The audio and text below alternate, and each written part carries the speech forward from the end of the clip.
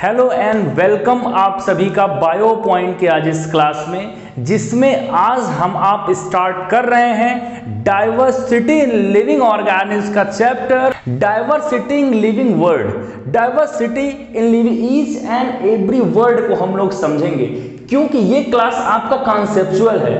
Concept आपका buildup करेगा, चाहे आप क्लास 11th में हो, चाहे आप क्लास 9th में हो, चाहे आप नीट की तैयारी कर रहे हो। सबसे पहले आपको बेसिक आना चाहिए, तो उस बेसिक से हम स्टार्ट कर रहे हैं। डाइवर्सिटी का मतलब क्या होता है? The wide variety of something. It means कोई ऐसा सब्सटेंस, कोई ऐसा ऑर्गेनिज्म जिसकी बहुत सारी बहुतायत जो हो, जिसको हम लोग विविधता कहते हैं, डिफरेंट तरीके के हों और बहुत ज्यादा नंबर्स में हो, उस वर्ड को हम लोग कहते हैं डाइवर्सिटी। क्या है diversity? The wide variety of something. And wide variety of something, तो यहां पे हम समथिंग की बात नहीं कर रहे हैं, यहां पे हम बात कर रहे हैं लिविंग ऑर्गेनिज्म की, जिसको हम लोग कहते हैं bio diversity. Diversity in living word. Living word में ये जो डाइवर्सिटी है, क्या डाइवर्सिटी है? Wide variety of something. Different तरीके के लिविंग ऑर्गेनिज्म की जो वाइड वैरायटी है, उसको हम लोग कहते हैं बायोडाइवर्सिटी। दो वर्ड से मिलके बना है।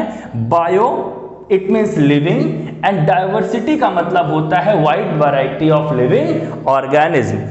डिफिनीशन की अगर हम लोग बात करें तो डाइवर्सिटी और बायोलॉजिकल डाइवर्सिटी, चूंकि अब हम लोग लिविंग ऑर्गेनिज्म की केवल बात करेंगे, हम लोग केवल लिविंग ऑर्गेनिज्म के बारे में चर्चा करेंगे आने वाले चैप्टर्स में, टॉपिक्स में, वीडियोस में। तो यहाँ पे बायोडाइवर्सिटी और बायोलॉजिकल डाइवर्सिटी मीन्स क्या है? इसका मतलब variety of living organism present on a particular region. It means किसी पर्टिकुलर रीजन पे और सरफेस पे वैरायटी ऑफ लिविंग ऑर्गेनिज्म का प्रेजेंट होना क्या कहलाता है?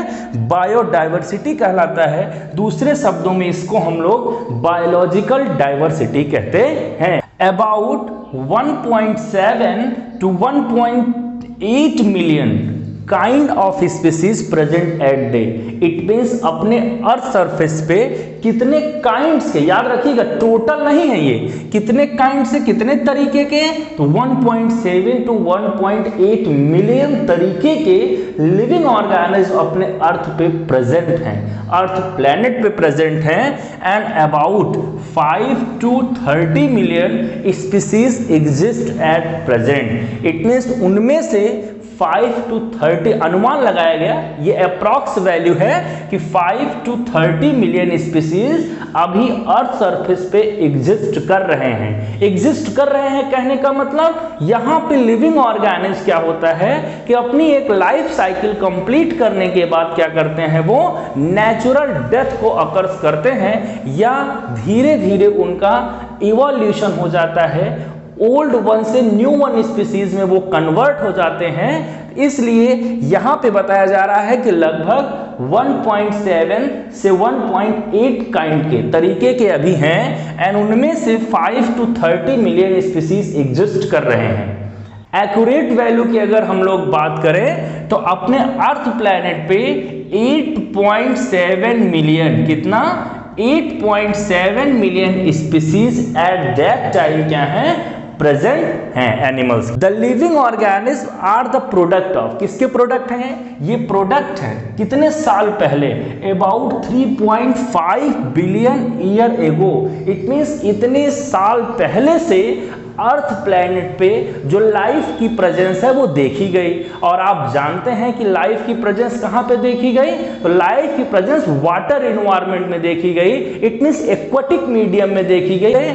ऑर्गेनिक इवोल्यूशन से बने हैं, ये जानना जरूरी है। ऑर्गेनिक इवोल्यूशन क्या है? आखिर हम आप हैं क्या?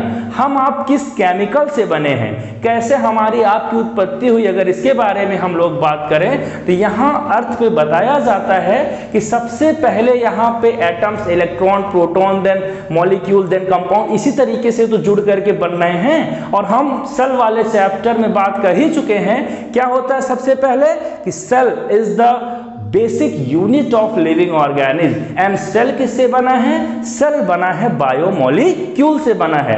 एंड उन बायोमॉलिक्यूल्स में अगर हम लोग बात करें तो आखिरकार क्या है? तो लिविंग मॉलिक्यूल्स। इट मींस ऐसे मॉलिक्यूल जो लिविंग सिस्टम को सपोर्ट करते हैं। और वो लिविंग सिस्टम को सपोर्ट करने वाले जो बायोमॉलिक्यूल्स हैं वो कैसे बने? तो वो बने ऑर्गेनिक एंड इनऑर्गेनिक मॉलिक्यूल से। ऑर्गेनिक एंड इनऑर्गेनिक मॉलिक्यूल्स में क्या हुआ? डे बाय डे जैसे अर्थ पे परिवर्तन होता गया, क्लाइमेट बढ़ा, टेम्परेचर बढ़ा, टेम्परेचर घटा, टेम्परेचर मीडियम, जो भी ये तरीके का जो कि आपका बिग बैंग थ्योरी एक्सप्लेन करता है, ओपेरॉन थ्योरी एक्सप्लेन करता है, मींस इनऑर्गेनिक सब्सटेंसेस से ऑर्गेनिक बने एंड उन ऑर्गेनिक सब्सटेंसेस से फिर क्या बने? लिविंग मॉलिक्यूल्स बने, लिविंग बायोमॉलिक्यूल्स बने एंड उन लिविंग बायोमॉलिक्यूल्स से फिर लिविंग ऑर्गेनिज्म बने। दो बातें और आपसे डिस्कस करना जरूरी है जो कि आपके नीट में बहुत पूछा जाता है। वर्ल्ड डाइवर्सिटी डे, तो 21 मई को इंटरनेशनल बायोडाइवर्सिटी डे, तो 22 में आप लिखेंगे। ये याद रखिएगा, ये आपके जनरल साइंस का भी क्वेश्चन है।